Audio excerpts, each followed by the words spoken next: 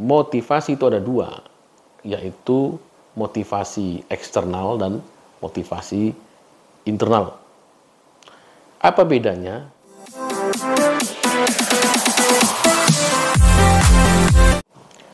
Halo semuanya, Bapak Ibu, apa kabar hari ini? Jadi kembali lagi dengan saya Guru Sawit. Kali ini kita akan membahas mengenai hal yang sederhana, yaitu motivasi. Jadi motivasi ini adalah motivasi atau tujuan yang mendorong kita untuk melakukan sesuatu. Jadi dalam berperilaku pasti ada motif di situ. Nah, itu akan kita bahas. Nah, motivasi Bapak Ibu semuanya itu terdiri dua kata ya, yaitu motif dan action. Ya, artinya ada motif dalam beraksi, beraction. Nah, jadi kadang-kadang orang berkata, wah training motivasi itu pengaruhnya hanya sebentar saja. Nah, ada yang bilang training motivasi itu setelah beberapa jam pulang dari ruang training, nanti di lapangannya sudah hilang lagi. Bisa iya, bisa benar. Nah, jadi kita akan bahas itu, mengapa begitu.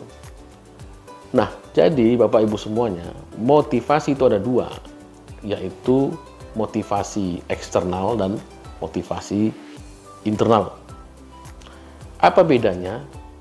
Jadi motivasi eksternal itu adalah motif, ya, tujuan yang mendasari kita berperilaku datangnya dari luar. Itulah motivasi eksternal. Contoh apa? Contoh, kalau kita melakukan itu, maka ada iming-iming, ada hadiah. Ada sesuatu yang akan kita kejar berupa materi. Tetapi kalau kita tidak melakukan itu, maka akan ada punishment, akan ada sanksi. Itu yang disebut dengan motivasi eksternal.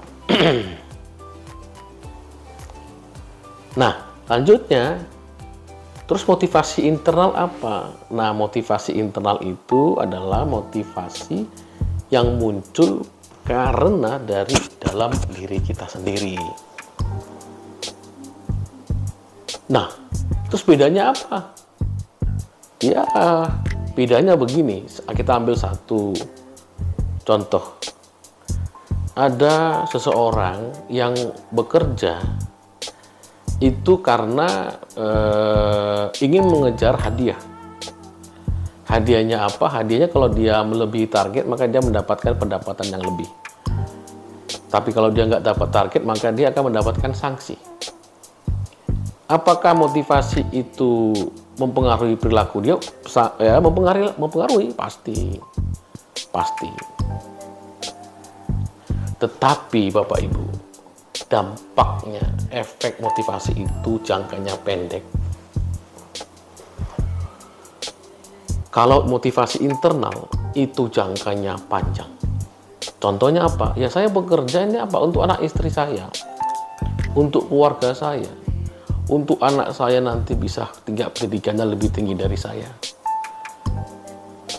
Kalau itu dasarnya kita berperilaku, maka itu akan menjadi motivasi yang panjang. Jadi Bapak Ibu coba diidentifikasi mana-mana saja motivasi internal dari diri Bapak Ibu, kemudian identifikasi mana-mana motivasi eksternal. Dua-duanya bagus.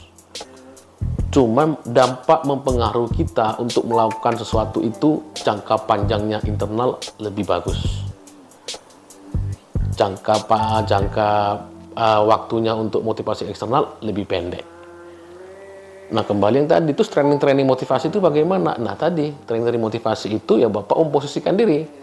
Bapak tarik ke internalnya atau Bapak tarik ke eksternalnya. Jadi begitu dari saya hari ini, obrolan kita ringan. Jangan lupa untuk tonton terus Guru Sawit. Bye-bye.